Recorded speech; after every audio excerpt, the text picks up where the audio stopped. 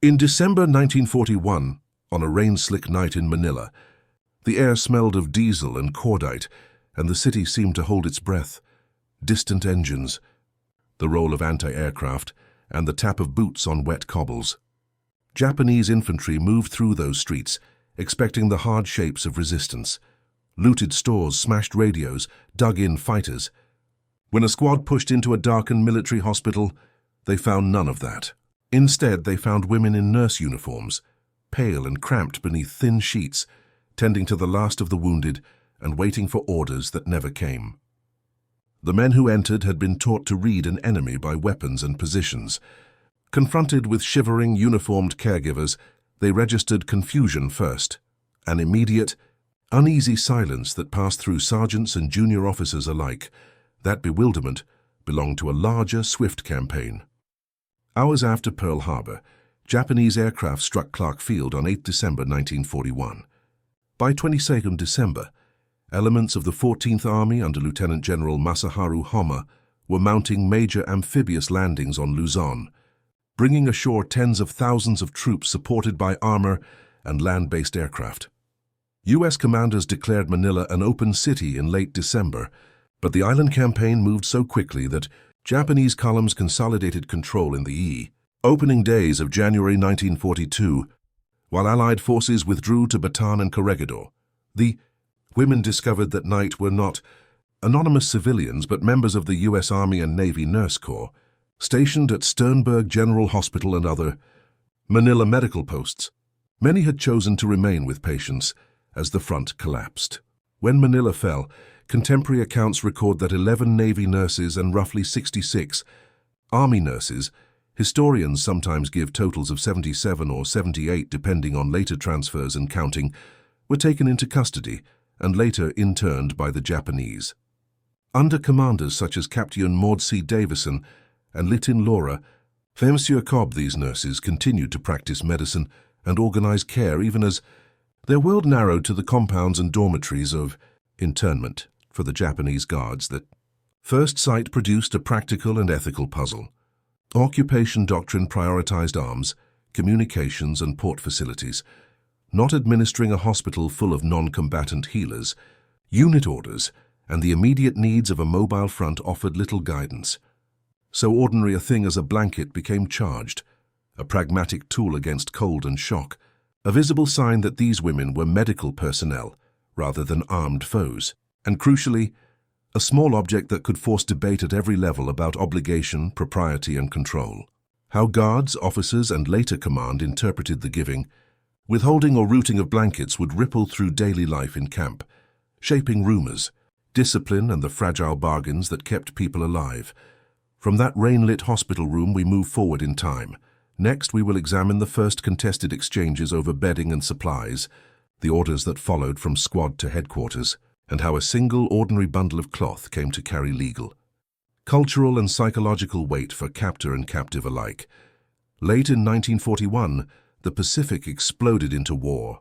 On the morning of 7th December, the Imperial Japanese Navy struck Pearl Harbor, crippling the U.S. Pacific Fleet in a span of less than 2 hours. Within days, the assault widened. Wake Island, Guam, Hong Kong, Malaya, and the Philippines became targets in a meticulously timed offensive stretching thousands of miles. In the Philippines, General Douglas MacArthur's combined U.S. and Filipino forces scrambled to form defensive lines as the Japanese 14th Army advanced. South from Lingayen Gulf, the air above Manila filled with smoke and the grinding echoes of retreating convoys. What had begun as distant news from Hawaii quickly became a siege at home, as hospitals and airfields across Luzon braced for the inevitable encirclement. By late December, the city that had once been a showcase of American colonial modernity was in blackout.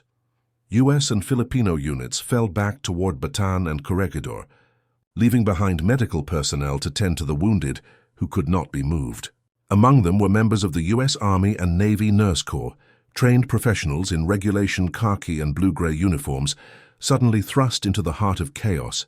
At Sternberg General Hospital in Manila, at the field hospitals hastily dug into the jungles of Bataan, and within the bomb-pocked tunnels of Corregidor's Malinta Hill, these women worked under shellfire, performing surgeries by candlelight and rationing morphine with military precision. They would soon be known as the Angels of Bataan and Corregidor, 77 nurses who refused evacuation, choosing instead to remain with the wounded as the defense collapsed. Their service was unprecedented. Women in uniform, commissioned officers under military law, now functioning as combat medics in all but name. National WW2 Museum archives describe them as the first large group of American military women sent into combat zones and the largest group of U.S. women captured and held as prisoners of war. Wikipedia adds that their leadership, notably Chief Nurse Maud Davison and Navy Nurse Lieutenant Laura Cobb, maintained strict discipline, preserving both professionalism and morale under conditions that would have broken many men. For their captors, this defied every expectation. Japanese military doctrine rooted in Bushido divided the world sharply between soldiers and civilians, warriors and the defeated. The concept of a captured female officer, a uniformed enemy serving medicine rather than arms, lay outside that moral geometry. Within Imperial Japan's wartime ideology, mercy was dispensed only as an extension of authority. Compassion toward captives, especially women in enemy uniform, blurred the lines of command. The nurses' persistence, their refusal to abandon patients, and their insistence on basic supplies like food and linen confused and sometimes angered Japanese officers. In early 1942, Japanese intelligence reports listed medical auxiliaries among prisoners, but failed to account for the nurses' military rank and resilience. They were documented as dependents or technical staff, not as combat-trained personnel with command structure and duty rosters. The misunderstanding bred tension. When Manila officially fell on 2 January 1942 and the American flag came down, these women became the first female POWs of the Pacific War. They carried not only their stethoscopes and bandages, but the expectations of two civilizations, one that saw them as soldiers of mercy, the other as captives whose courage upset established order. As the siege of Corregidor tightened and supplies evaporated, every act of care became a test of ingenuity and resolve. Beds became stretchers, surgical gloves were boiled and reused until they disintegrated, quinine and morphine ran out, and the tropical heat turned wounds septic within hours. The nurses improvised with strips of torn uniforms, coconut oil and scavenged bottles of iodine. Through it all, they maintained rank structure, saluting, filing reports, and rotating night duty, even as bombs shattered the ground above them. It was within this collapsing world that a quiet, symbolic conflict began to brew. The Japanese saw their captives through the lens of submission and control. The nurses viewed themselves through the code of service and humanity. When the two sides finally confronted each other, not over a gun but over a simple request for blankets, the encounter would expose an emotional fault line in the logic of conquest. What followed was not a battle of firepower, but of moral perception, that clash of worlds, one rooted in hierarchy and martial pride, the other in duty and care, would soon manifest in an object as humble as wool and thread. To grasp how it happened, we must first examine the technical and logistical reality behind the U.S. military's medical supply system, and how the disappearance of a single piece of fabric could ripple through both armies' moral economies. That is where our story turns next. To understand why a simple blanket became the center of moral tension between captor and captive, one must look beyond the battlefield and into the silent infrastructure of war, the endless chain of logistics that turned factories, ports and quartermaster tables into instruments of survival. In 1941 and 1942, every U.S. Army and Navy hospital, whether stationed in Pearl Harbor or on the far edges of Luzon, was governed by supply manuals thicker than field Bibles. Within those manuals, under Section 6 Medical Department Equipment Class 3, lay an item so common it was rarely noticed, the standard issue wool blend blanket. Olive drab or gray, each measured roughly 66 by 84 inches and weighed about 4 to 5 pounds. It was flame-resistant, mildew-treated and woven tightly enough to repel moisture in tropical humidity. For every patient, regulations required 3, 1 beneath, 2 above, to guard against shock, fever chills, or the sudden drop in body temperature that followed surgery or blood loss. Under normal circumstances, a base hospital in a tropical zone could expect new shipments every 2 to 3 months. But when Japan's blockade tightened around the Philippines in late December 1941, those supply lines disintegrated almost overnight. Cargo ships like the Malahang, Liberty Bell, and President Harrison, carrying quartermaster stores and medical freight, were either sunk or diverted. Within the first 3 months of 1942, the Army's medical depots in Manila and Bataan recorded a loss of more than half their linen and blanket stock. Nurses began rationing not medicine but fabric. 2 blankets became 1, then 1 became half stitched and mended until the weave itself frayed into gauze. For the medical corps, this was not merely about comfort, it was about containment of death. The tropical climate might have been sweltering by day, but nights brought damp winds that could trigger pneumonia among the wounded. Blankets prevented shock, slowed infection, and gave soldiers a faint psychological anchor in a world unmoored by defeat. Prisoners later testified that to lose one's blanket was to lose morale. To share one was to declare solidarity. The Japanese command, however, viewed such sentiment as wasteful softness. Imperial training emphasized endurance, austerity, and detachment from bodily need. Within the Bushido ethic, warmth was not a right but a test. To many Japanese officers, the sight of prisoners pleading for blankets seemed an affront to discipline, even a veiled act of resistance. Reports from 1942 show that Japanese medical detachments catalogued blankets as secondary effects, objects that could be seized, redistributed, or withheld without moral breach. Where Western armies treated the distribution of bedding as a humanitarian measure, the Imperial Army regarded it as an indulgence that blurred the line between victor and vanquished. This cultural collision transformed cloth into code. A single woolen layer could symbolize either submission or defiance, depending on who held it. When Red Cross parcels and captured American stockpiles eventually trickled into camps like Santo Tomas and Los Baños, each blanket's journey, from Pennsylvania textile mills to Manila depots, then through the chaos of retreat and confiscation, became a chronicle of shifting power.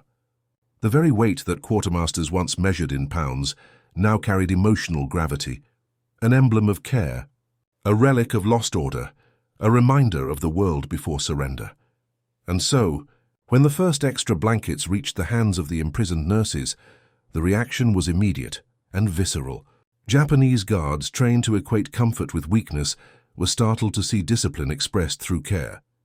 The women folded each blanket with ritual precision, laid them over patients with the same ceremonial respect given to a flag, and transformed the act of covering the wounded into a quiet declaration that their professional code, duty, mercy order still lived beneath captivity. For the guards it was a shock. To them kindness was supposed to vanish with defeat. Yet here it reappeared, tangible and orderly, defying the narrative of conquest. That moment, the meeting of cold practicality and stubborn humanity, marked the first time blankets became weapons of morale. It was no longer about fabric or warmth. It was about power reframed as compassion. And it set the stage for the next confrontation, when the simple act of giving or withholding those same blankets would ignite a deeper moral reckoning inside the walls of captivity. On the morning of 6th May 1942, the island fortress of Corregidor fell silent. For weeks its tunnels had echoed with the roar of artillery, the rattle of machine gun fire, and the slow rhythmic breathing of the wounded. Now, as white flags rose along the ridgelines and the last coastal batteries ceased fire, that sound gave way to the low shuffle of surrender. From the mouth of Malinta Tunnel emerged a line of exhausted figures, American and Filipino soldiers, hospital orderlies, and finally, the nurses. 66 from the U.S. Army Nurse Corps, 11 from the Navy, 77 women in all, uniforms dulled to grey with dust, faces drawn from sleepless nights and constant bombing. They carried no weapons, only medical satchels, a few canteens, and the fading dignity of service performed to the very end. Eyewitnesses described the heat of that morning as oppressive, the air thick with the mingled odors of smoke, cordite and rot from the tunnel's inner wards. The Japanese troops, veterans of Bataan and fresh from victory, expected to meet defiant soldiers or broken captives. Instead, they found women who saluted their captors, formed ranks by unit and marched out in measured silence. A few Japanese officers reportedly looked on in astonishment. The image did not fit their imagination of defeat. Western women in uniform, walking not as prisoners but as professionals fulfilling duty, created an uneasy tension in the air. Among them was a nurse weakened by dengue fever. Her comrades, unwilling to leave her exposed to the afternoon sun, wrapped her in a spare hospital blanket, one salvaged from the tunnel stores, patched so thin it showed daylight through its seams. To the American nurses, it was an act of clinical compassion. To the Japanese guards, it was something else entirely. One sergeant, according to later testimony, turned to his superior and asked in disbelief, "Why do they demand extra cloth?" To him it was puzzling that prisoners would assert choice in defeat. The gesture was small, but its meaning was profound. The nurses' insistence on preserving care even in surrender introduced a new moral vocabulary that the conquerors did not yet know how to interpret. That evening, under the smoky red sky of Manila Bay, the nurses were transported to the capital.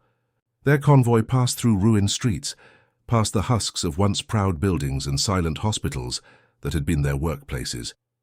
Many were feverish, others bleeding from insect bites or exhaustion, but even then they took turns tending to the weakest among them.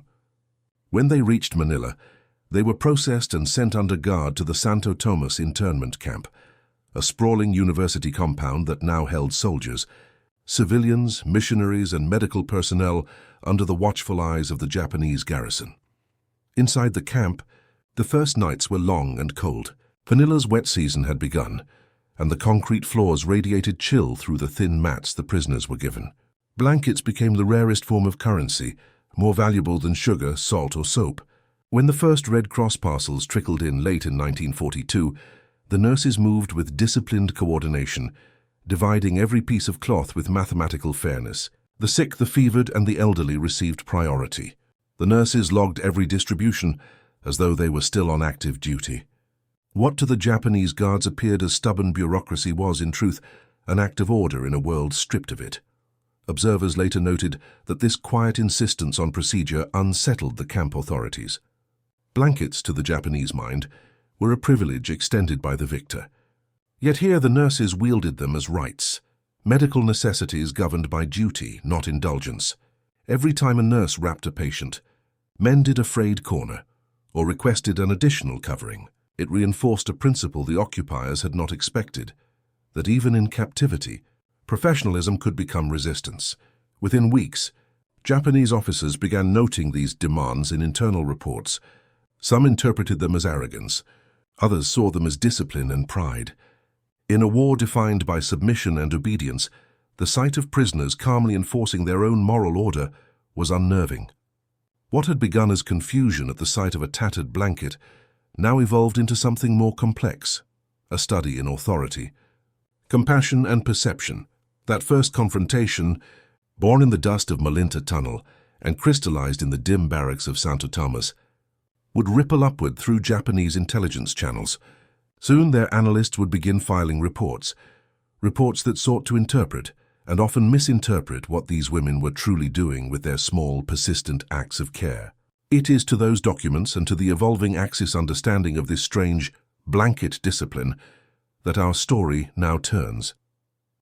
Inside the cramped guard quarters and along the bamboo walls of the camp command posts, an unlikely object began to stir unease: the blanket. Reports from Japanese guards assigned to the nurses' barracks speak of growing confusion and irritation. "Why must they insist on more cloth?" one sergeant was heard muttering. Others suspected trickery, that the women might be hiding contraband, coded notes, or files within the folds, but beneath the suspicion was something more fragile, a quiet discomfort. These men, raised within the wartime code of austerity and obedience, had never encountered prisoners who requested comfort as a right. For Japanese soldiers, survival was measured in endurance and silence. For these captured nurses, it was measured in care. When the women petitioned for extra blankets, the guards saw not weakness but something disconcertingly steadfast, a refusal to relinquish humanity. "We guard them, yet they make demands," one guard wrote in his log. At night, sentries often overheard the nurses whispering and passing blankets to sick civilian internees. The gesture violated camp rules, but forged invisible bonds of sympathy. In those exchanges, the power dynamic shifted.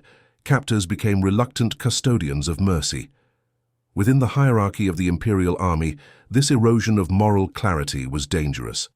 Officers trained under Bushido's harsh binaries now faced captives who met humiliation with dignity, cold with compassion. The simple act of sharing warmth became a subtle rebellion, undermining the psychological scaffolding of domination. By late 1944, command memos hinted at the strain. Female prisoners exhibit strong resolve, unusual influence on morale of others. Blankets, once dismissed as trivial gear, had become tools of moral leverage. What began as a logistical nuisance was evolving into a quiet battle of wills, one that would ripple through the entire internment system. Next, we move into that ripple's outer circle. How small psychological shifts among guards translated into tactical miscalculations and ultimately shaped the broader story of captivity and liberation. By late 1944, the humble blanket had become a catalyst for control, suspicion, and symbolic warfare within Japan's internment system.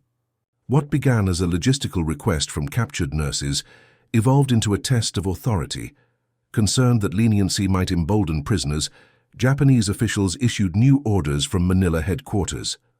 All internment blankets to be accounted weekly, issuance only upon signed medical request. That single directive, typed and circulated through a network of camps from Luzon to Sumatra, crystallized a shift. What had once been an act of compassion was now bureaucratized into a form of discipline. Every thread of fabric became a matter of paperwork. Camp medics were forced to log temperatures, justify illness, and submit signatures before any covering could be granted. Guards inspected infirmaries with clipboards, counting blankets like contraband. The new rigidity slowed other relief, soap, bedding, even saline, and fractured what little cooperation had existed between captors and nurses. To the Japanese command, regulation promised order. To the prisoners, it marked the moment when mercy turned administrative. Across the Pacific, American intelligence and the War Department took note. Photographs smuggled out by neutral observers began appearing in OE press campaigns.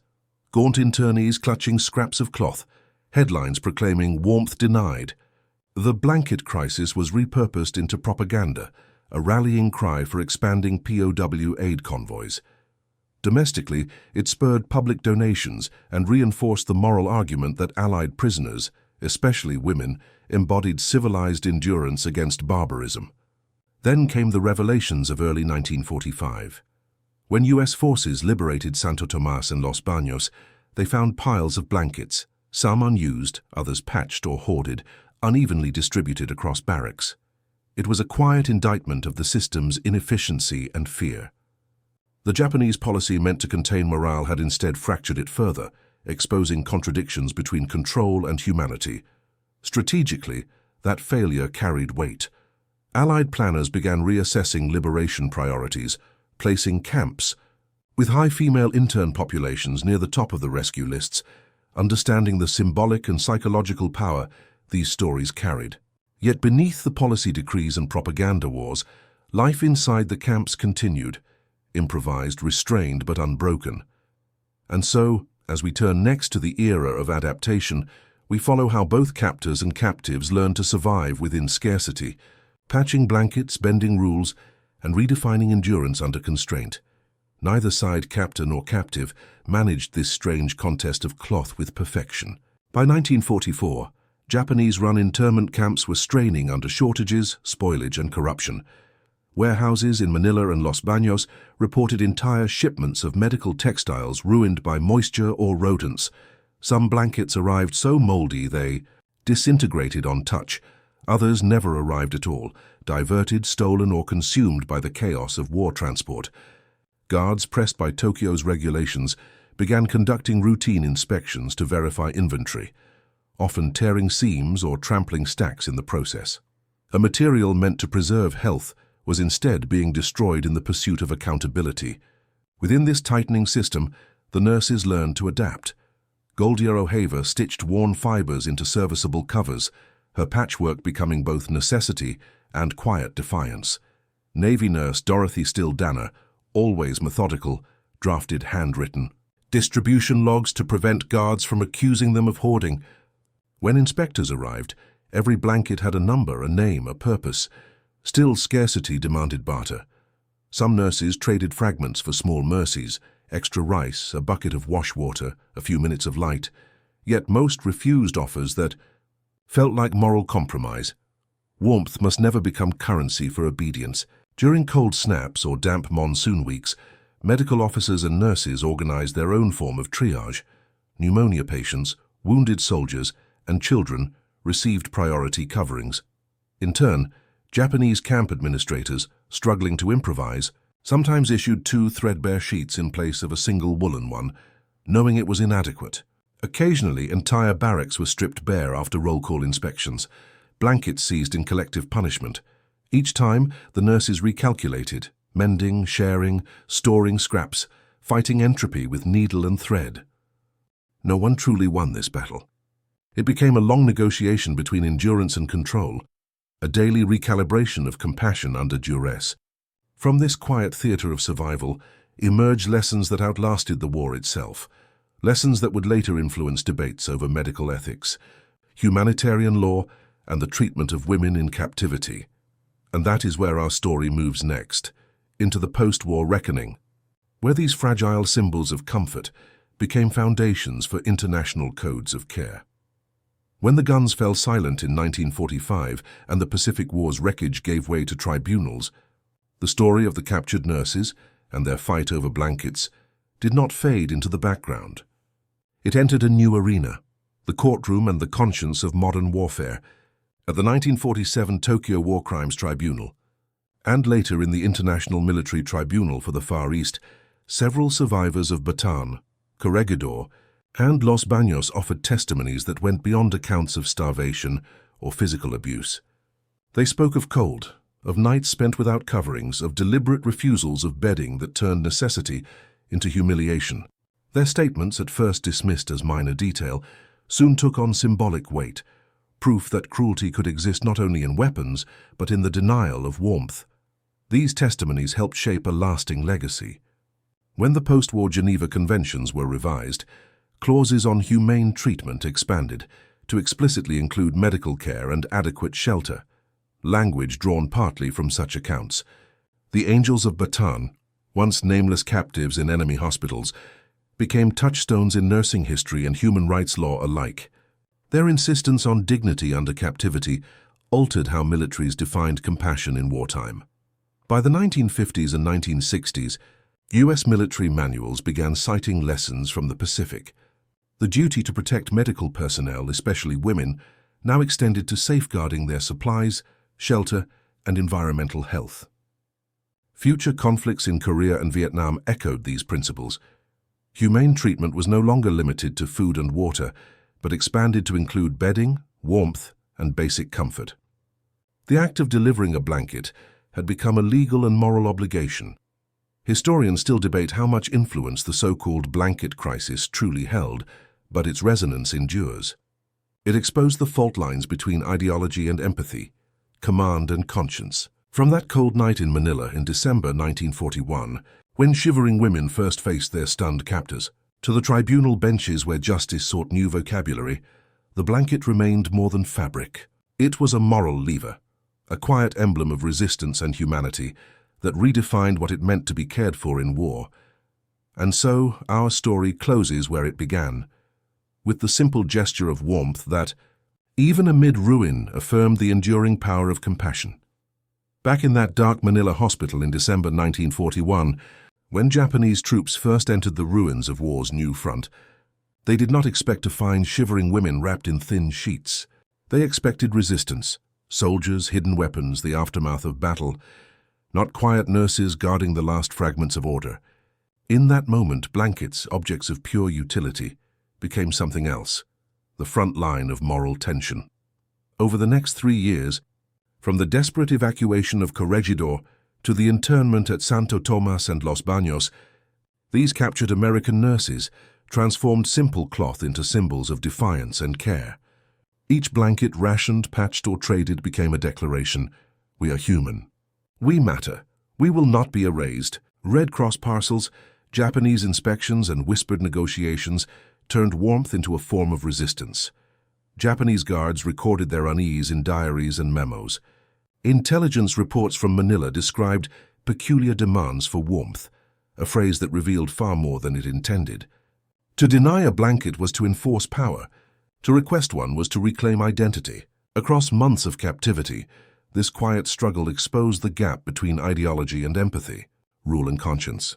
In the end, these women endured not solely through medicine or discipline, but through small, stubborn acts of dignity. Their struggle forced even their captors to confront what humanity means when power seeks to strip it away. When we remember the war, we recall tanks, bombers, and battles, but here, in a dim hospital and later behind barbed wire, the battle was fought through touch, care, and the insistence that mercy still mattered. Even now that truth lingers, that warmth, literal and moral, was a weapon as potent as any forged in steel.